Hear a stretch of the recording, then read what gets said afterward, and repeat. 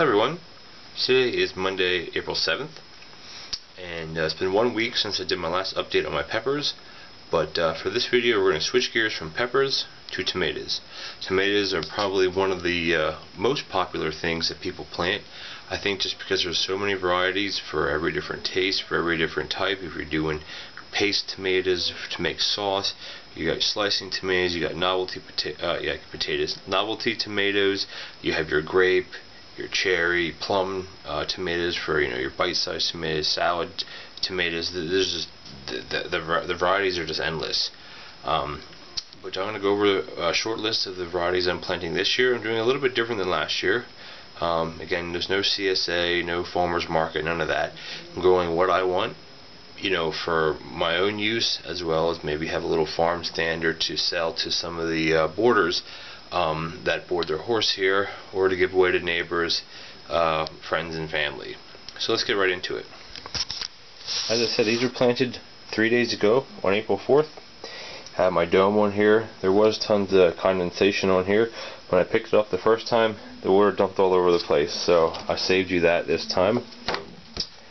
And as you see, there's nothing up yet. I'd imagine by probably tomorrow or Wednesday we should start seeing some growth come up here. Again, I have it on my heating mat, and here I have 69 cells. And the reason why I didn't plant 72 is because I'm getting some black cherry seeds someone is sending me, so I wanted to save those 3.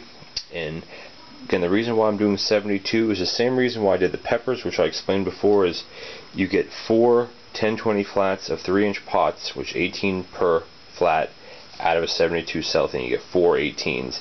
And I'm trying to keep things simple, but way 4 18s work. On my bench here I can put 8 trays, so all my tomatoes and all my peppers can be on one bench under one set of lights with one timer. Make it simple. But anyway, as you can see here, you may say, what's with all the popsicle sticks, or maybe coffee stirs, whichever you want to call them.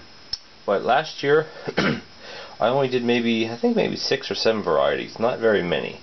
And what I did is I made a chart that basically showed all of these and color coded the chart instead of doing it like this. This year I thought, what, it doesn't have to be that specific, but I still want to know what varieties I have. So I did it this way. Every different color represents a different variety. There's some that have 6 plants per variety. There's some that only have 4. There's some here that have 12. Some that only have 2.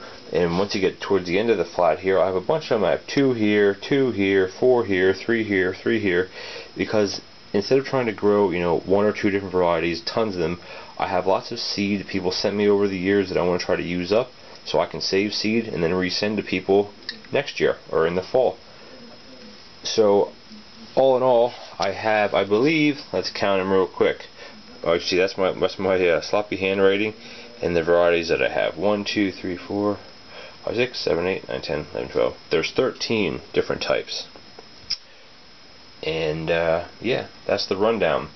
So I'll let you look at that for a while. I'll give you the rundown of them. I got Roman Candle, Carol Chike's Big Paste, Starfire Improved. That's a new variety for me this year. Sweet Olive, Brandywine, Oldie Grape, Black Cherry, Danko, San Marzano, Federally, Striped Cavern, Speckled Roman, and Red Grape. And then I also have a couple seeds coming in the mail. I believe those are called Black Crim. If you remember, I planted those the first season gardening that I actually bought at a garden center. But that's where those 3 are going to be. So that's just a quick update about my tomatoes. Again, I'm not going to go into how I planted them, this, that, the other thing. I kind of think you get the point by now. But if anybody's interested, I will be probably planting my cole crops in a few weeks. Also, my peppers will be transplanted in a few weeks. Same thing with tomatoes. So probably by the end of April, I'm going to have this whole room's probably going to be 3/4 full of plants, and that's great because this means spring's around the corner. Alright, so any questions about the varieties that I chose, why I chose them, how I actually did seed and plant in depth and that whole deal, feel free to leave a comment and I'll get back to you as soon as I can. Thanks for watching. Happy gardening.